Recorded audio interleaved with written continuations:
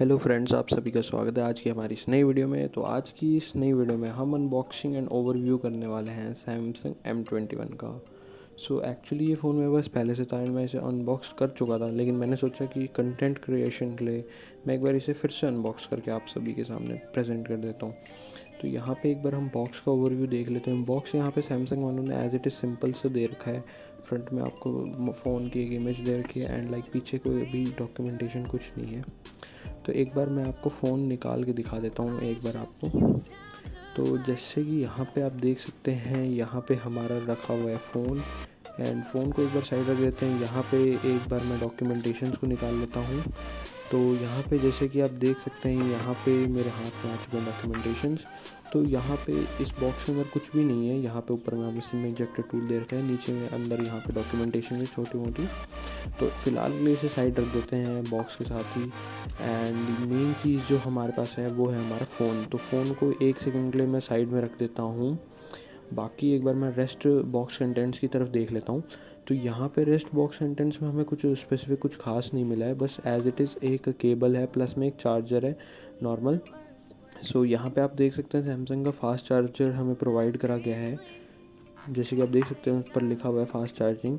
साथ ही साथ जो केबल है, केबल भी हमें यहाँ पे USB-C टाइप दे रखी है। जैसे कि आप देख सकते हैं यहाँ पे ये USB टू USB-C टाइप है केबल। केबल तो बाकी बॉक्स में हमें कुछ भी नहीं मिला है, बॉक्स पूरा एम्प्टी है, बस हमें केबल फ़ोन एज इट इज़ मिला हुआ है। तो एक बार मैं इस प्लास्टिक को हटा देता हूँ और आपको दिखा देता हूँ फ़ोन कैसा है।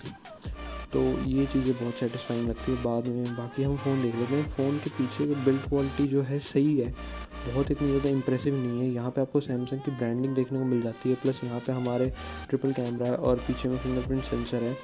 यहाँ साइड्स में हमें स्लॉट दे रखा है सिम इजेक्टर के लिए।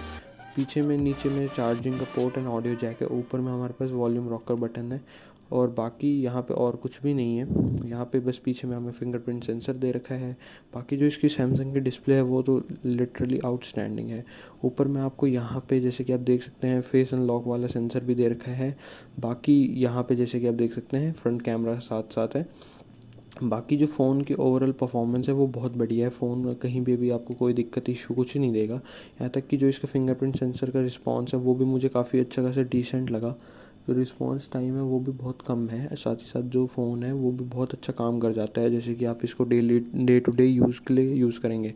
बाकी जैसे कि आप देख सकते हैं, एक चीज़ जो मुझे बिल्कुल अच्छी नहीं लगी वो है इसके पीछे का प्लास्टिक बैग। सैमसंग वालों को इस प्राइस पॉइंट ऑफ व्यू से कोई प्लास्टिक बैग की जगह कोई मेटालिक बैग ही देना चाहिए। फ़ोन का वेट भी ठीक ठाक है अप्रॉक्स। बाकी आप देखेंगे तो ये बाकी फ़ोन्स के अकॉर्डिंग ठीक है। यहाँ पे जैसे कि आप देख सकते हैं प्लास्टिक लुक आपको आराम से देखने को मिल जा रहा है, जो कि इतना इंप्रेसिव नहीं है। खैर हमारे जैसे लोग तो इसको केस लगा के छुपा सकते हैं। बाकी जो मेन चीज़ थी इसमें कि ऐप रनिंग की, तो ऐप रनिंग की आपको कोई भी इशू नहीं आएगी। आप जितने ऐप चलाने चाहें साइमल्टेनियसली चला सकते हैं। सब ऐप परफेक्टली वर्क करते हैं इस फ़ोन के अंदर। यहाँ तक कि आपको इस फ़ोन के अंदर कोई भी इशू फर्दर अब तक मेरे को फेस करने को नहीं मिला। अगर आपको कोई इशू फेस करने को मिले तो बिल्कुल आप फील फ्री, आप कमेंट डाउन कर सकते हैं अगर आपको कोई सैमसंग M21 से रिलेटेड कोई इशू फेस हुआ है, जिससे कि हमारी टीम आपके इशूज़ को सॉल्व कर सके। बाकी यहाँ पे आप जैसे कि देख सकते हैं इसकी डिस्प्ले बहुत ही खूबसूरत है। सैमसंग वालों की डिस्प्ले बहुत ही बढ़िया रहती है। अब एक बार हम इसके कैमरे की टेस्टिंग भी कर लेते हैं। मैं एक बार इस बॉक्स को साइड रख देता हूँ एंड आपको एक बार चार्जर की पिक्स एंड थोड़ी क्वालिटी दिखाने की कोशिश कर देता हूँ। जैसे कि आप देख सकते हैं कैमरा क्वालिटी वाइज सैमसंग कहीं पे भी पीछे नहीं हटता है। यहाँ पे आपको सैमसंग ने बहुत सारे मोड दे रखे हैं, जैसे कि वीडियो मोड, और साथ ही साथ मोर में भी आपको कई सारे ऑप्शन मिल जाते हैं, hyper lap, slow, ultra slow motion. बाकी जो हमारी वीडियो में भी हमें दो मोड्स मिल जाते हैं, एक वाइड एंड एक नॉर्मल अल्ट्रा वाइड हमारा। बाकी यहाँ पे जैसे कि आप देख सकते हैं फ़ोटो में भी सेम है, अल्ट्रा वाइड एंड वाइड वाला। एंड इसके साथ साथ जो हमें एक और फीचर मिलता है वो है लाइव फोकस का। लाइव फोकस से आप किसी भी ऑब्जेक्ट पर लाइव फोकस कर सकते हैं, प्लस साथ ही साथ उसकी ब्लर रेडियस को इंक्रीज़ डिक्रीज़ भी कर सकते हैं, जो कि फ़ीचर मुझे एक काफ़ी अच्छा खासा लगा सैमसंग ने जो हमें यहाँ पे प्रोवाइड करा है।